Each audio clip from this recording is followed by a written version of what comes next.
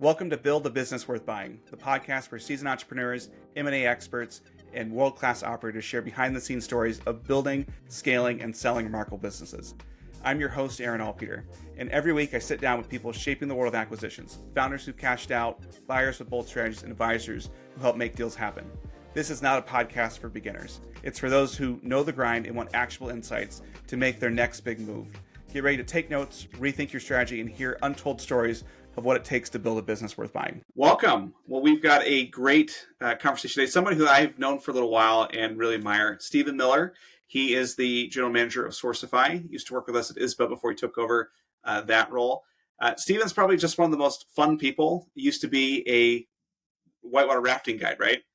Yep. Yep. Whitewater rafting guide, lives on a farm. Just an awesome guy, great stories all around. And I'm just excited to kind of get to know you a little bit better, or help our audience get to know you a little bit better, and really want to zero in on all of the impacts that are going on with sourcing these days. There's just so much that's happening. There's so much that's going to happen. People don't know. And so really what we want to do is just try to understand what could happen and learn a little bit more from you on how people might be able to be prepared. But thank you so much for being on. Yeah, for sure. I definitely think that there's a really famous sports podcaster that always goes through at the end of the month where I was right, where I was wrong. I think we're going to have this in a month, and we can say where I was right, where I was wrong after the inauguration. I feel like we're going to have it probably a couple times throughout the first year, because if there's anything we learned about Trump 1.0 is that things will change, and they will change in ways you didn't expect, and they'll change very quickly. Stephen, let's just go ahead and dive right in. Why don't you tell us a little bit about Sourcify? What's your mission, and what do you do as general manager? And really talk about how does that help companies build their long-term value as they're positioning for an exit. Absolutely. So Sourcify is ultimately just sourcing as a service, right? Our goal is to just make sourcing as easy as possible with as limited hurdles as possible. And so we help navigate the pitfalls because we've seen most of them, and align people with suppliers that they will not have to leave for a period of time. And so if we can take them and put them at the right factory, build the right relationship, and work through as that kind of catalyst for success, we can bring someone in, we can develop that relationship, we can reduce their costs, we can make them a priority, and ultimately take that headache off their plate so they can focus on marketing, sales, and scaling the businesses they need to. A factory relationship is probably one of the most important relationships, maybe only second to fulfillment center. Why should someone trust another party to help them with their factory relationship? So sadly, the less formal softwares of the world have made it very easy for people to just benchmark pricing and get quotes and make it very informal. And so it's hard to go into a factory now and that factory to give you priority on sampling and pricing when they think that you're just using it as a benchmark, and they get these people that come in 5 times a day and just want pricing and then they leave. But when we bring someone to the table, and we already have clients at that factory, they sit up a little straighter, they take it seriously. We can really pitch them and tell them like why this is important, why this is a good fit for them. Because as much as we are trying to find the right factory for the client, like we're also trying to find the right client for the factory, because that's where the pricing really shines through. And it's super important to match the factory with the customer and just build that relationship. I mean, this year for Christmas, we even gave gifts on behalf of all of our clients to our factories to show them that like they're thinking about them, they are a priority. And that just strengthens it, because if people can get on board and go through sampling and place a couple POs and work through the hurdles and the challenges, that's where we see pricing stay steady. There's less markups, the relationship's built, and it gets easier for the customer. Yeah, that's really interesting. I think what you're talking about is relationship-centric sourcing. And I'd love to understand why you think that that's the path forward when it feels like everything else is going toward APIs and taking humans out of the loop. Yeah, I definitely think that there's a place for technology, and I think it's more in the aggregation and the forecast and things like that. But if you were to send an automated RFQ to a factory and not give them a call or not show up in person, it's not going to be a priority for them. Like they want to have someone come in, pitch them on how cool this client is, how interesting it is, what kind of IPs related to it, what kind of influencers are, in the mix for marketing this product, what's the founder done before. Like they love that story. They've been the same witness to the Amazon story we have, where they've seen these people blow up and come down and there's no brand loyalty. That's not good for them long-term either. They want someone that's going to be around for 5 years, not for 2 really big orders. And so the more we can talk about the client and talk about, their mission and why they're different and why they're a brand, which is typically who we work with, like the better the factory understands the long-term potential for this relationship and price it accordingly. Yeah, that's helpful. We'll get into Sourcify a little bit later, but I'd love to kind of cast a wide net here. And I'd love to get your perspective on how sourcing has changed over the last few years. So I'd say, obviously, the Alibabas of the world have changed a lot. That type of infrastructure and software and those kind of things aren't available in other countries. Countries are catching up to that. And so there's no really other option besides being in person in Vietnam, India, Mexico. And whether you go through an agent that works on behalf of a factory or a company like us, that's probably more like a trading company where we work on behalf of the clients and sit in between. We don't get paid from the factory, so we're able to work on behalf of the client. That is an interesting tactic when you're going into countries that don't have the Alibaba and the ratings and the rankings and things like that, because we know the people, we know who's honest, we know who does a good job, we know who's going to be on time, and we can bring you into an area that we're familiar with because we have boots on the ground, where that's typically difficult. I do see that something as that grows and there's more sourcing that kind of nearshores or gets closer, there probably is somebody that's going to pop up relative to those areas that's going to try to do what Alibaba does. Whether they can do it or not is a different story. But, from what's really changed, I would say strategy is probably the number one. And as tariffs in China is targeted, and we've all seen shipping over the last couple of years go up and down, nearshoring and like doing the reglobalization thing of where you want to source, why you should source there, what the benefits are, looking at that from a strategy rather than just going for the cheapest ex-works price is probably the biggest change. If I think about kind of how sourcing has evolved and changed over the last 20 years, it felt like maybe, in the early 2000s, it was, you had to be there. You had to have somebody who was there, right? And just having someone who could speak the language and could navigate was so valuable. And so you saw these companies pop up, these trading companies that you talked about, that really just like, hey, we're here, we have a factory, we speak English, they don't, like, this is the value that we're adding. And then it feels like there was a change that happened in the mid 2010s where it was very much focused on Alibaba effect, which is like, look, we're going to democratize access. Here's a list of everybody. And then we're just not going to be involved and let people go through and go back and forth. And now it feels like there's a bit of Alibaba fatigue, so to speak, where I know some of the things that you've told me, that there are prices that are very different between what you'll get at the factory direct versus what you get on Alibaba. There's almost like an Alibaba tax that's added, and it's not even going to Alibaba, it's just these factories are charging more. And so it feels like what I'm hearing you say and what I've seen is that we're moving into this era where curation is more important. Again, it's this recommendation, this personal touch that is going to be a dividing line between not just having somebody who can make your product, but somebody who can make your product and really be a partner with you as you try to grow and scale your business.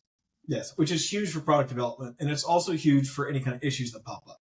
We had a customer, they priced us out, they priced Alibaba out, they ended up going with a cheaper glass jar. Shipment showed up, half the stuff's damaged. It was DDP. And so there, everyone's pointing fingers of whose responsibility it is. If that happens with us, it's our forwarder, so we can run that down. It's our factory, so we can go in next day and talk to them. Like, issues resolve themselves really easy without having to go the legal route. And so because we have multiple customers at these factories, we have leverage, we can push them to get results. So anytime something like that happens with quality or, something being late or something being damaged, like, we can resolve that in 12 hours, right? And so that's something that you cannot do in those virtual platforms where you do not have that relationship. Makes sense. Obviously, there's an election that happened the last couple of months in the U.S., and that's going to have global impacts and reverberations. And I think 2024 had something like, I think it was like 3/4 of the world's population voted, or 3/4 of the democracies all voted. I mean, India got elections, same prime minister. UK, France, and Germany have had like a bunch of governments, it seems like, in the last couple of weeks. What are some of those big geopolitical shifts that you're paying attention to that are on your radar? So I think as China seems to be the biggest target. And so I think if we can mitigate risk outside of China and find other options, that's the most important thing. And so I would say 9 out of 10 of our customers that come to us are in China. That's been the hub of manufacturing. It makes sense. MOQs are very flexible. Lead times, there's a bunch of different things you can get there. You can get all types of qualities, right? So finding someone that's only in China, that raises a red flag.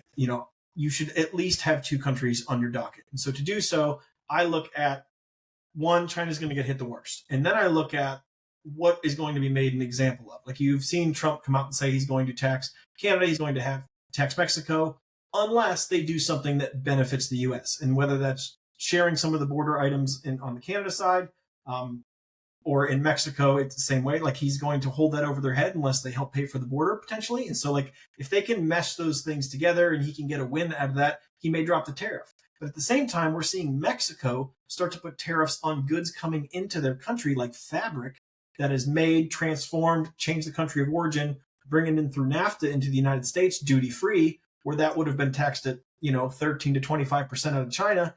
Now Mexico is seeing so much of their opportunity get lost to China that they're starting to put tariffs on items coming into that country, even if it gets reworked. And so like we're seeing them try to stand up and do things on their side of things to try to get some of this, extra money that's out there to feed their labor force. And so it's going to be this weird thing where you kind of look at, there's going to be these ultimatums put up, and it's going to be who bows down to those ultimatums and what changes. I do think even if tariffs were put on every country, you're looking at least double the effect in China than it is in Mexico or Canada.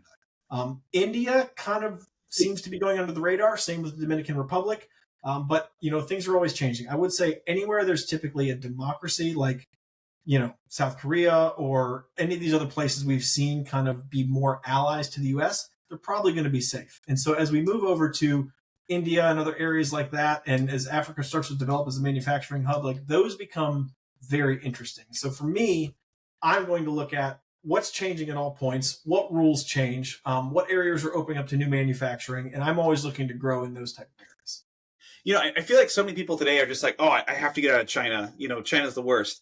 And I look at that, I'm like, man, there's still some really good stuff coming out of China. What's your perspective in terms of when does China make sense? And do you subscribe to the idea that everybody has to get out no matter what? Or are you taking more of a China plus one approach? I always let's look at your landed costs. Let's look at what this would cost to manufacture in another country. What are the duties associated with that? So there's two types of tariffs, right? There's the general duty that applies to most of the world, unless we have a free trade agreement. So Mexico, Canada, Morocco, Mauritius, and South Korea, and a couple others fall into that, right? So no general duty there.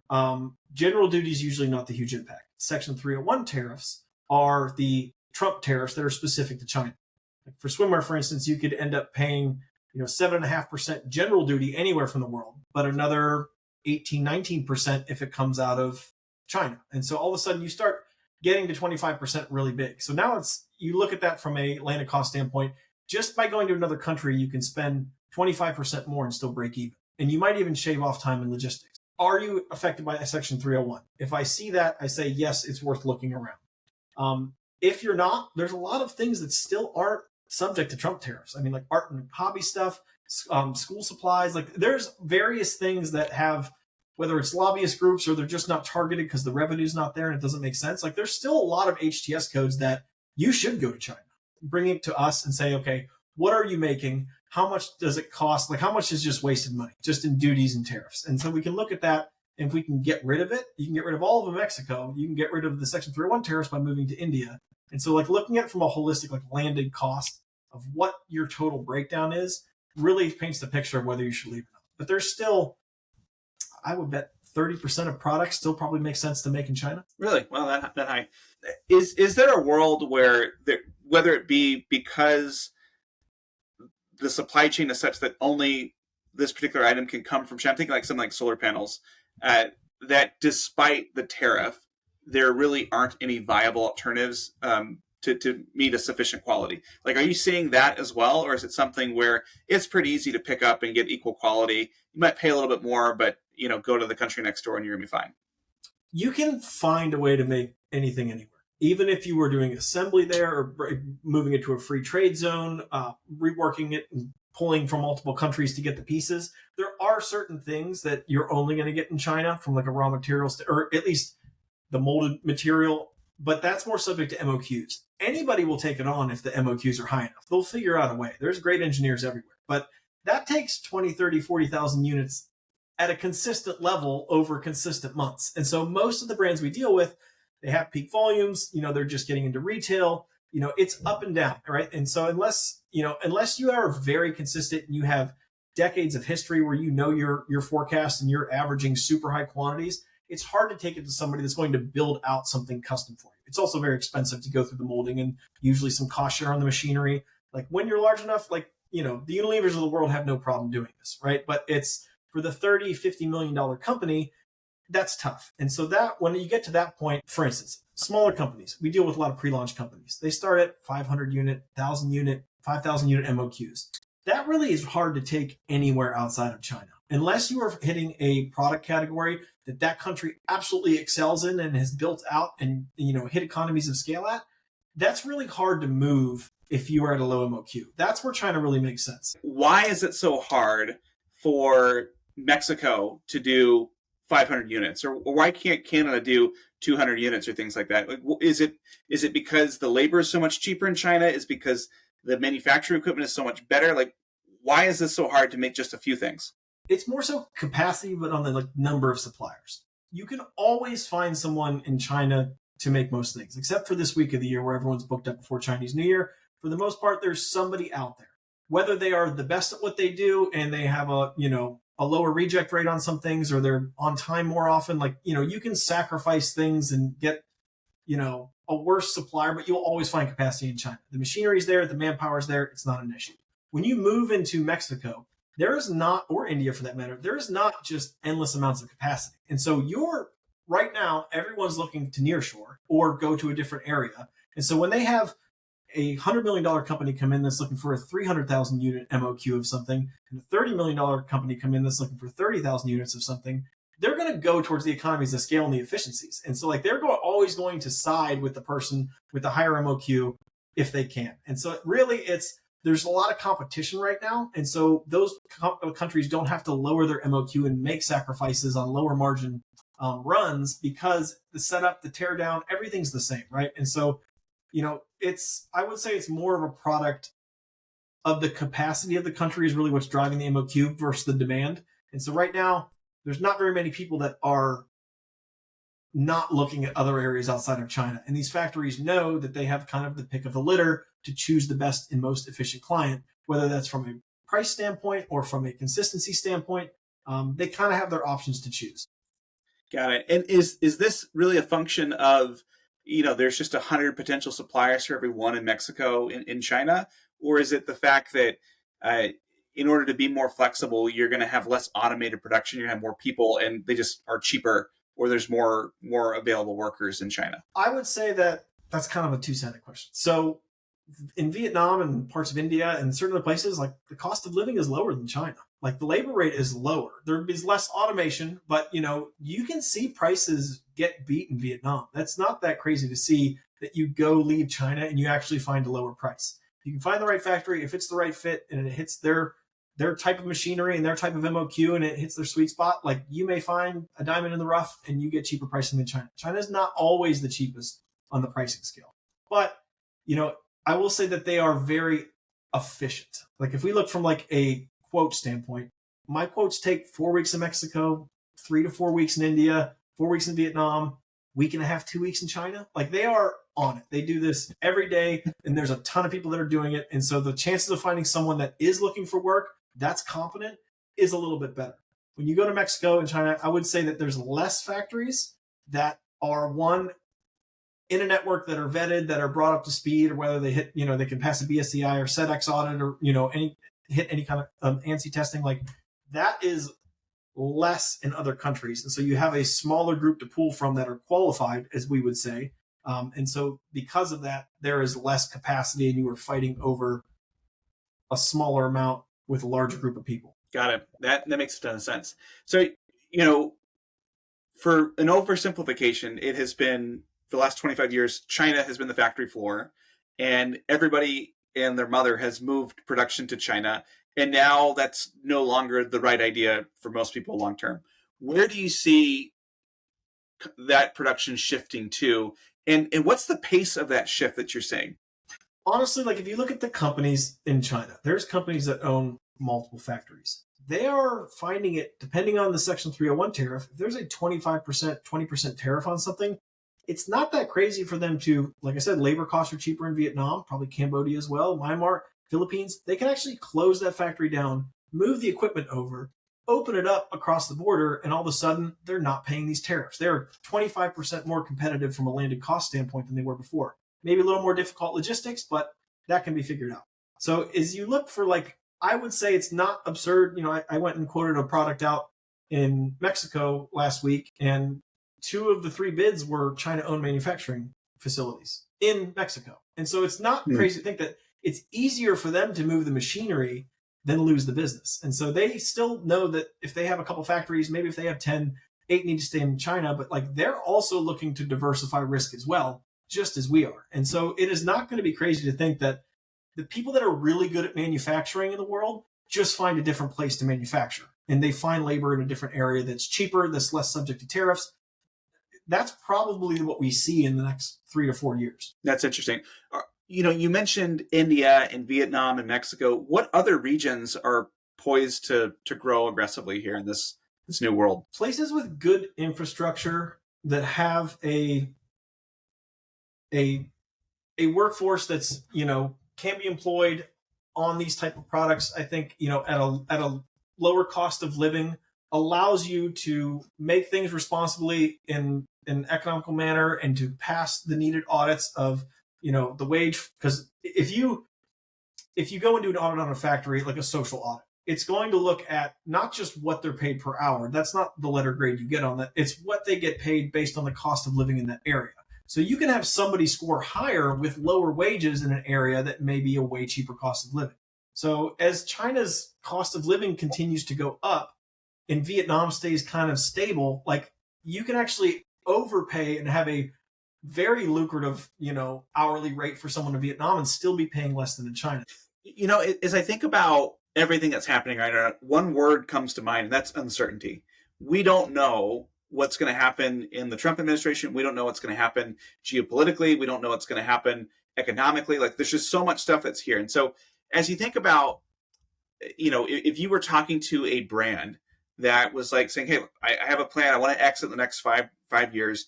Help me get my supply chain in order. What would you tell them in terms of how do you deal with this uncertainty? Because on the one hand, if you are too much of a first mover and you move aggressively, you might be paying more than you need to by setting up manufacturing here in the US. But at the same time, if you do nothing and you leave it where it's always been and you leave yourself open to these risks, you put your potential acquisition in peril because, as soon as a tariff or tweet comes out, your whole paradigm could be upside down. So how do you balance that level of uncertainty and how do you lean in and take the right amount of risk?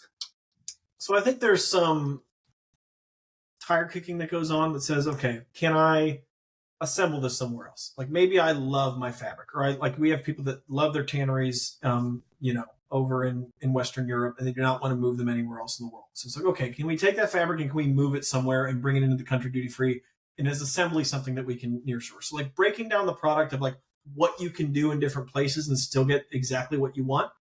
That's step one. And so once you have a list of, can you move everything? Can you move some things? Where can you do those things in the world? And then so once you get there, find someone like us. We can say, okay, here's what I want to make. Where can I make it? We say, hey, if you want to keep your original raw material supplier, or you guys make your raw material, whatever it may be, we can do the second and third stages of this product here, which allows you to avoid certain duties. And so usually we give like a good, bad, and ugly scenario. And so like, hey, here's the scenario if we requoted it in China, high Section 301 costs, but MOQs aren't going to be a problem. And so if you want to move to India, you may have to go double your MOQ and give a more solid forecast and go through a somewhat more painful, lengthy sampling process, but the cost is eventually going to come down and you're going to have less risk. And then we'll bring someone where it's like a nearshoring, where not only are we bringing it closer, we're reducing logistics costs, we're reducing risk, but we're bringing in the things that cost for that. So my ex-works cost might be the highest for Mexico,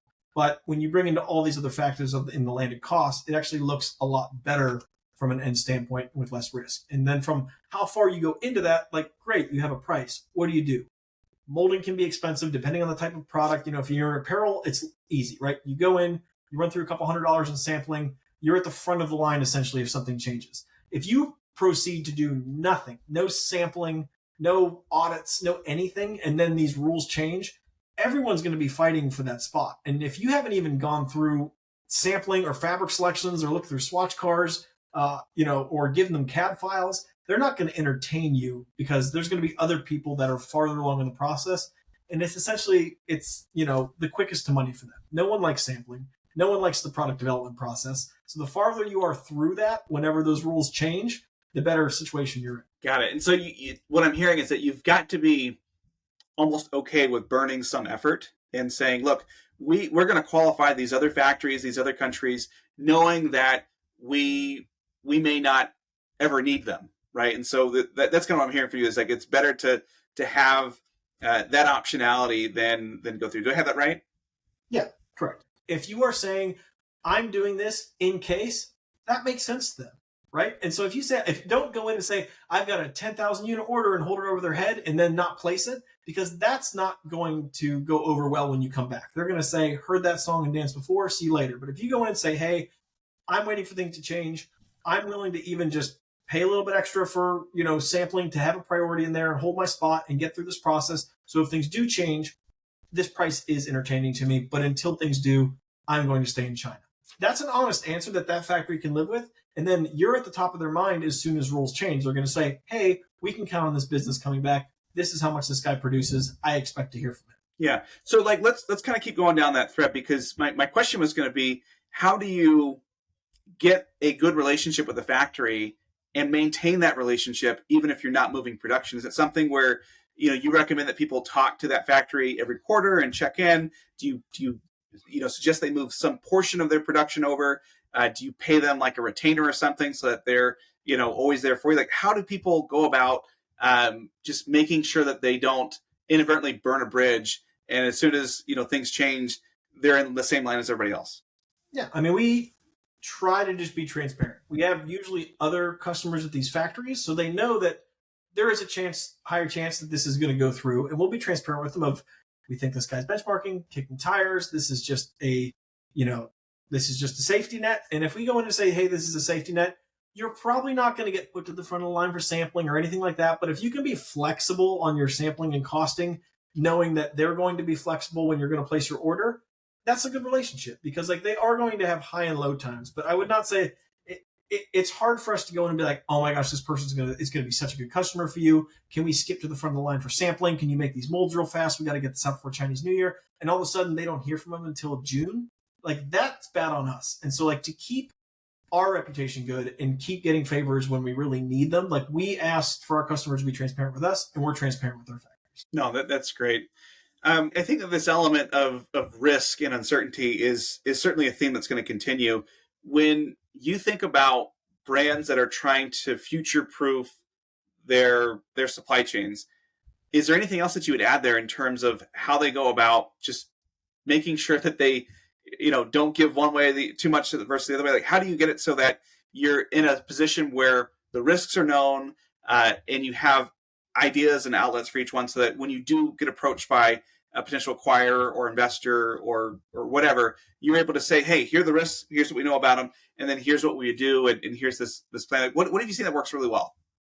So typically when I go, some people are closer to acquisition than others, right? And you kind of know it when they start asking questions and audits and things like that in the factory. We've seen, I think everybody knows of an acquisition going south because the factory is not socially acceptable, right? And so all of our factories are pre-qualified, to a level. If you want to make it very stringent where it would be, SEDEX or BSCI or things like that, we can go there too. The list just gets shorter and shorter the stricter you get. And, if you go to FDA compliance and things like that, the world is only so big and the list of factories shrinks. And so going in and making sure that you have everything you need for the next level is important. So if you just want a basic audit, just saying there's no child labor going on here, it's fair wages, pretty standard for most people, that's really easy. But we would recommend that you actually go and ask for a SEDEX or BSCI audit if you think there's even a chance the target's going to knock on your door.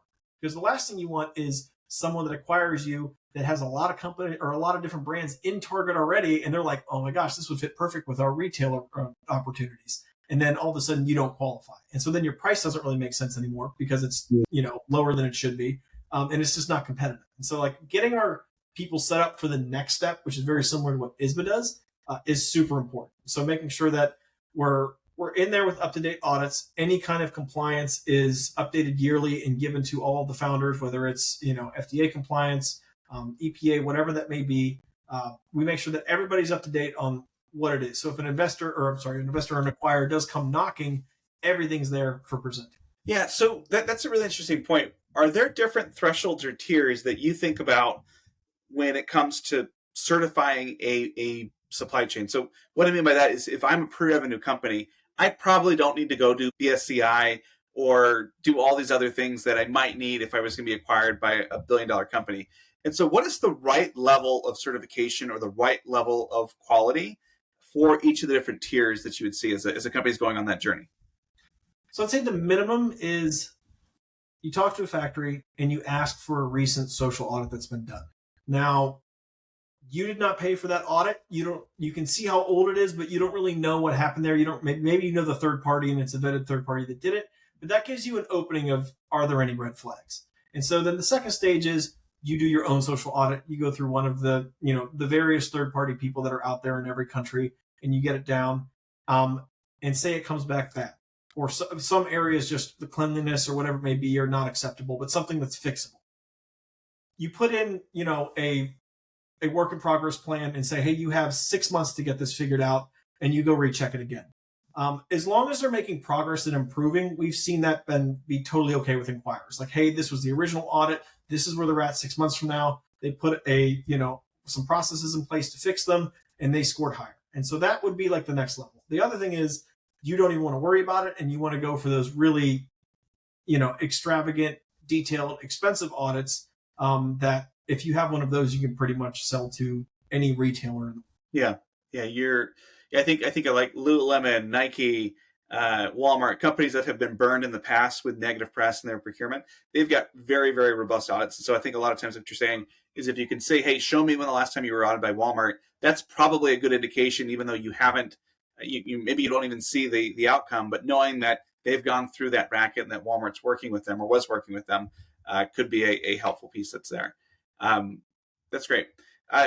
As we're thinking about just navigating your supply chain and thinking about taking cost out, what are the different milestones that a company should be thinking about for when they can go back to their factory and look to be pulling more cost out? Like, when do economies of scale actually matter? Just because you're going from 100 units to 10,000 units doesn't necessarily mean that you're going to get a 100x reduction in cost. How do you advise people to take a look at that? So we always do it on the front end, and we'll say, if someone comes to me and says, hey, I'm looking for a 1,000 unit MOQ, I always get the next price break. So I'll ask the factories, like, when are your economies of scale? Like, do I get a cheaper price at 2,000? Is it 2,500? Is it 10,000? And so I will get that up front so they know if they can get to that level, what their cost of goods gets reduced to. And so then they can kind of plan out financially as they grow how their cost of goods gets lower. Now, if you get in with the factory and say, I quote you 1,000 and 2,000, you get to 2,000 by the end of the year, and you're going into your next year. If you are outperforming what your forecast was and you've given it diligently, at least quarterly, to these factories, and you're pretty on target and you've been a good client for them and you've paid on time and you've placed your orders around the times when you've said, when it's ready to ship, you pay your balance and it doesn't sit there for a month, like, that is being a good client. Then you can ask for concessions. If you're making their life easier, that's time to ask for it. But I would say be prepared to ask for two things and see what makes sense for them. Ask for terms or cost concession, because depending on where they're at, one or the other might make more sense for them. It might be more lucrative for you. So we always say, like, if you're 6 months in, a year in, that's a good time to open up the conversation. And so if you've placed, I'd say, at least 3 orders during that time. So if that takes you a year to do, then wait a year. And you've shown some consistency and you've been a good partner and you've hit your forecast, it's a good time to go and ask them, say, for some concessions, whether that is, it's different for everybody, right? Sometimes it's payment terms. Sometimes it's lower cost. Sometimes it's more flexibility on MOQ, so you can add colors and still order 1,000 units, but break it into 2 different variations to try to test the market. And so, like, as you get there, that's a good time, 6 months to a year, to kind of ask for some flexibility on the ordering and the payment side. Yeah, I love this idea of asking for a favor every 6 months or asking for a favor every 4 orders. That might be something that people will pick up on. I've long said, and I think some people will probably chuckle when they hear this, but I've always said that there's 3 reasons why you should renegotiate a contract. The first one is that the contract expired, right? So always renegotiate it then. The second is that there's a fundamental change in your business, either positive or negative, or there's a fundamental change in the market, in the industry, positive or negative. So I think back about when the ocean carriers were raising the cost of shipping containers, they had contracts that said, hey, we're going to charge you $3,000. But they all broke those contracts because they said, look, yeah, it says 3,000, but everybody else is paying 12. So like markets change, we're not going to honor this. Tough, right? And that's like maybe not the best example of what you would necessarily want to do, but I always think it's important for brands to think about how stable is their business, how stable is just the market that they're in, and then what's the term that they've gotten. So always be looking at those things, always be looking to negotiate. So I get really revved up. I love contract negotiations and stuff like that. It's probably one of my boring pastimes that I actually enjoy. Good. One of the other things that is helpful to kind of think through is we've talked a lot about tariffs and things like that. But what about free trade agreements or quotas or certificates of analysis? What are some of this other stuff here that you've got to make sure is taken care of? One, how do you know what to look for? And then two, how does that factor into your sourcing decision? Do you ever find somebody that chooses to source from country A versus country B, even though country A might be more expensive, but because the compliance or the regulatory burden is less? And sometimes just the risk is less, right? So sometimes it makes sense, like you were saying, to get at the front of the line, get it started early. There's not a problem with going to Mexico before you really have to. I mean, if you're there and you're already producing, I mean, there is no stand up or downtime, right? Like your supply chain never breaks when your competitors does, when everyone starts moving things over. So, it does make sense. Even if you move 10, 20, 30%, like no one's saying you have to move all of your production over. But if you can put 20% you're paying a little bit more at in a different country, it's going to make that reduce a ton of risk and make that process so much easier. And then it's also, if you're nearshoring or bringing it closer, it also reduces the turnaround time. If you have like a retailer that knocks on your door and says, I need something in 45 days. And if you don't have the budget to air freight it, China's not an option. And so all of a sudden, Mexico becomes interesting, where you can bring it in, truck it direct to the retailer. You can hit shorter timelines. And so like there are these different reasons to go and to pay more. But, I would say that the free trade area is super interesting. I spend way too much time on this. I find these countries, I start sending someone in to find out what you can make there. What are the MOQs? What are the current people that are producing there? We go through and back out, of customs of who's importing certain goods from there and what dollar value, and find out what categories those fall into, and try to find those manufacturers. And so when you look at somewhere and you see, okay, people are producing this there, like I know it's possible. When you're looking at something that's not produced there, like for instance, Morocco, very interesting. A lot of footwear is made there. Different kind of handbags and things are made there. Lots of apparel. They're getting into other injection molded things, and like that industry is growing. So like if you can find those factories when they get up to speed, and they can, and which you can really only do with boots on the ground, right? Is like finding the capabilities in that country as they first rise. Like we've been working with someone in India who's been doing a fantastic job with, actual technical apparel, which is really hard to find outside of China, because there's just the yarn and everything is made at all these different facilities, and it goes to a cut and sew, right? And so India, the only person we found that's been able to do it is a complete vertical operation. They do the yarn, they do the fabric, they do the printing, they do the finishing, they do the cut and sew, right? So that's the only way they were able to do it, is find the machinery, buy the machinery, train a whole workforce, and stand it up. That is very hard to find, right? And so as if you're moving to these other countries and you find these people, it's best to make a relationship and be one of the first products. Now, are there going to be some product development issues as they figure out this new machinery? Absolutely. But if you can do that and weather that with them and kind of work through it, and the price is right and the situation's right and the risk is right, it's a fantastic situation. Makes sense.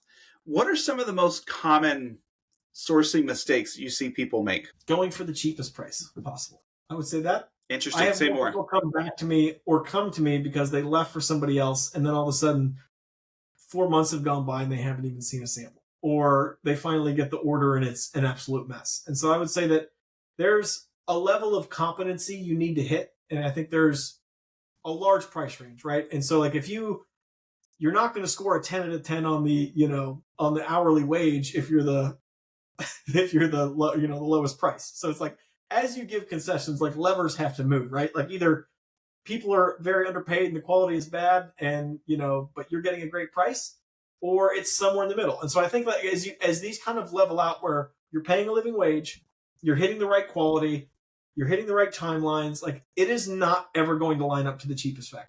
And so like keep that in mind, like what's important to you. And I think there's like the classic saying of like, quality, price, and on time, choose two. Like that is like that is like as even as you can get, right? You're not going to be on time and have good quality and have a good price. So it's kind of balancing all those things. I say that's the number one mistake is I see people do that. The other one is probably not having a backup. We've had people that come to us and said, my factory just shut down or my factory just kicked me out. They're starting from square one. And it can take 6 months to get a supply chain stood up. So by the time you go through molding, go through sampling, pre-production, get the order made, get the order shipped. I mean, 6 months is a tight window. And so if you don't have product for 6 months, you can lose a lot of loyal customers. And if that's, heaven forbid that is a subscription product or something like that, where it's really hard to get those people on board. But I mean, that can be crippling to people. I mean, we both know people that have gone into business when that's happened. It's hard to recover from. So having one factory and choosing the cheapest price, that would be my top two. Okay. Yeah, I agree with those. I would say from what I see as well, I think having the wrong sized supply chain is probably another mistake I see people make.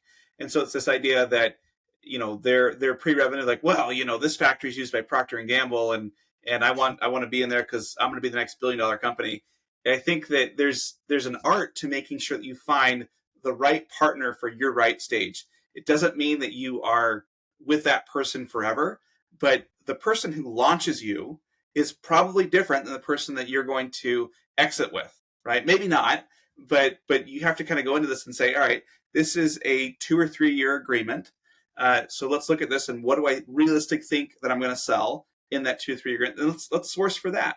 And then, if you're in too big of a company early on, you're not going to be a priority. It's going to be slower. You're going to be bogged down in kind of their mechanisms and governance and things like that. And if you're in too small of a factory, they're not going to be able to keep up. The quality is going to hurt. And it's really just something that can torpedo any sort of acquisition talks that you have.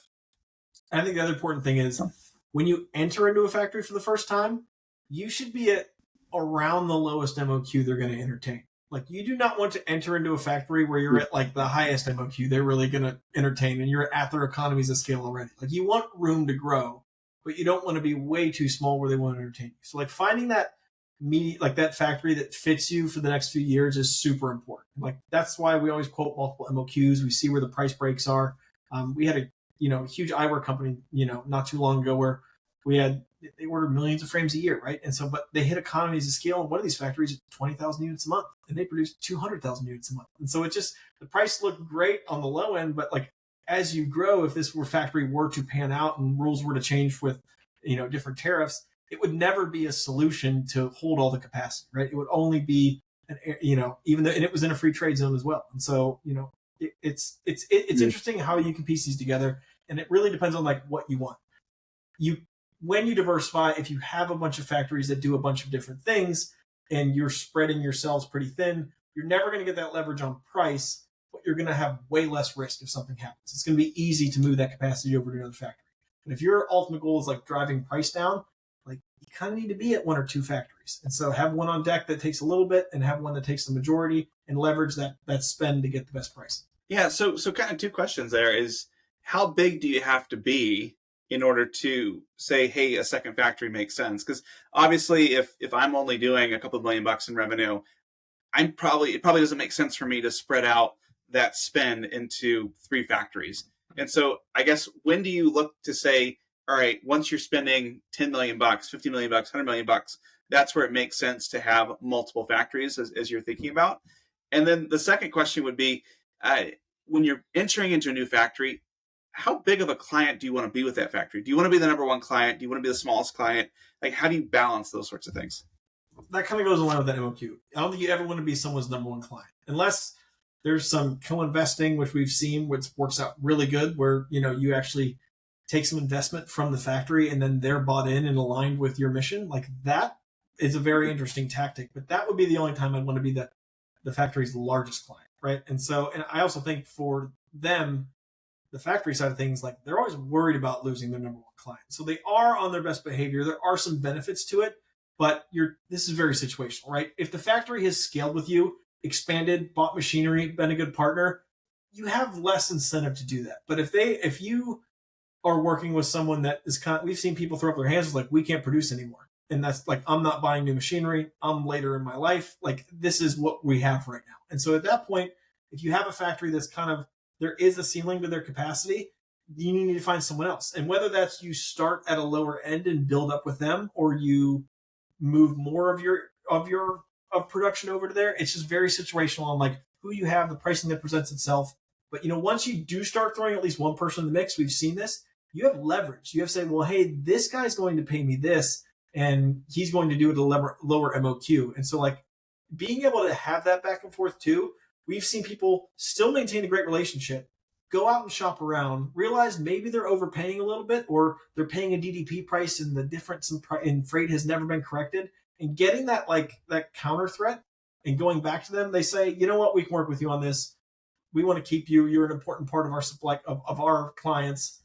We're willing to flex with you and reduce some of the price. And sadly, you can't always get that price down. Even when we talk about in 6 months, 12 months, they don't always say yes to that. Sometimes you have to come in with a credible threat. Yeah, that's interesting.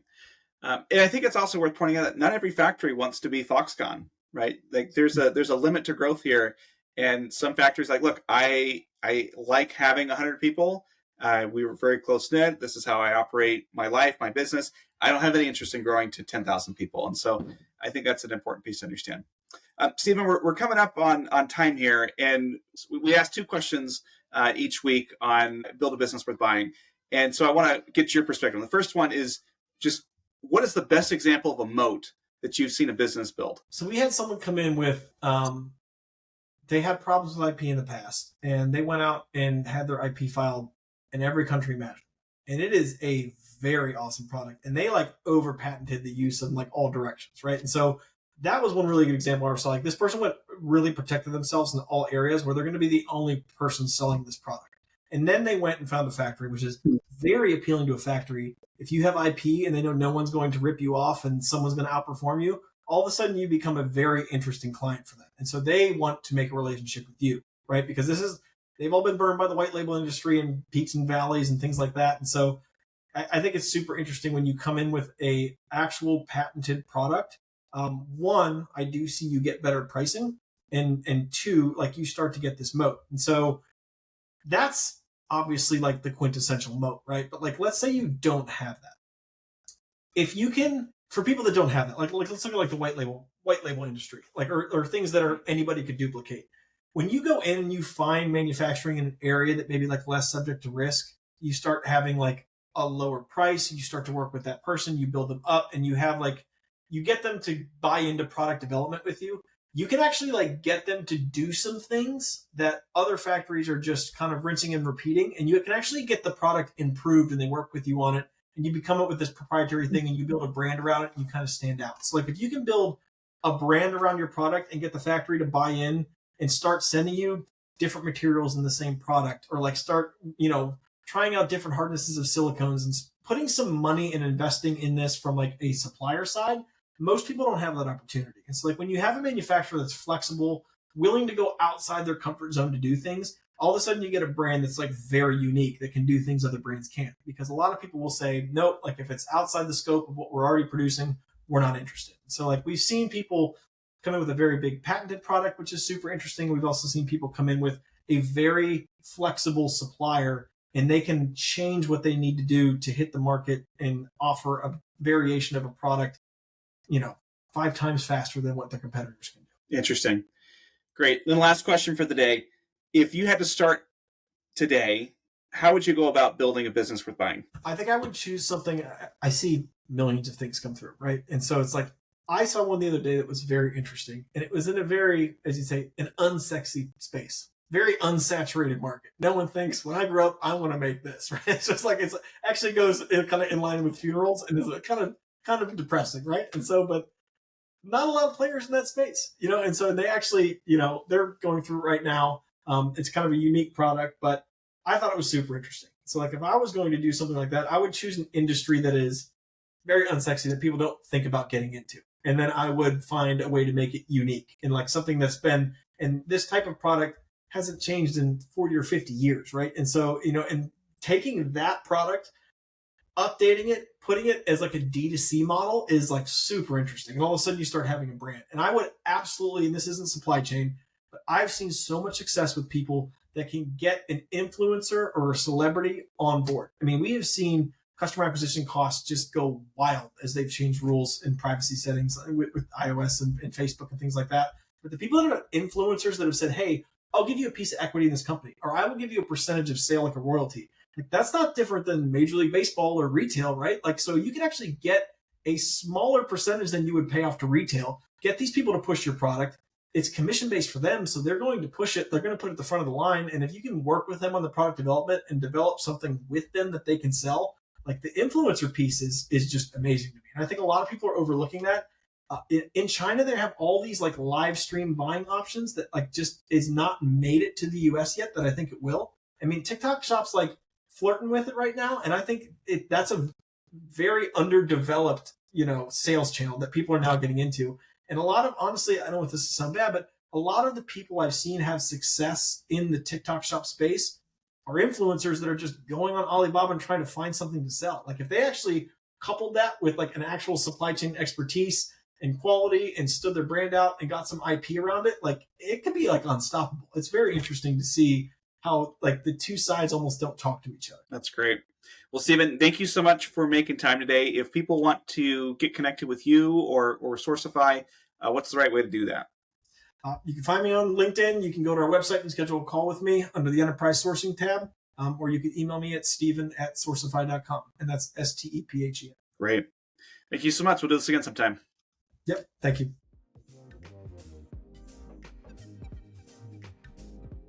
Thanks for joining me on Build a Business Worth Buying, brought to you by ISBA Consulting.